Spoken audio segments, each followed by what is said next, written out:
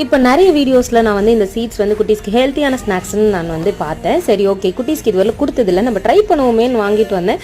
இதில் pumpkin seeds, melon seeds, sunflower seeds, இது 3 சீட்ஸும் வாங்கிட்டு வந்து ஒரு ஸ்பூன் ஈக்குவல் குவான்டிட்டி எடுத்து அப்படியே லைட்டாக ஃப்ரை பண்ணிட்டு இருந்தேன். ஃப்ரை பண்ணும்போதே நம்ம ரெகுலராக ஈவினிங் சுண்டல் தருவோம் இல்லையா, நம்மளோட விளாகில் கூட நிறைய டைம் சொல்லியிருக்கேன். ஸோ அதை கொடுத்துருந்தேன். பாப்பா பசில்ஸ் விளையாடிக்கிட்டே அதை சாப்பிட்டுட்டு இருந்தாங்க. அப்புறம் அந்த சீட்ஸ் ஃப்ரை ஆனதும் தாளிப்பு கரண்டியில் நெய்யை வந்து சூடு பண்ணி அதில் இந்த ஃப்ரை பண்ண எல்லாத்தையும் ஆட் பண்ணி கலந்து எடுத்துக்கிட்டேன்.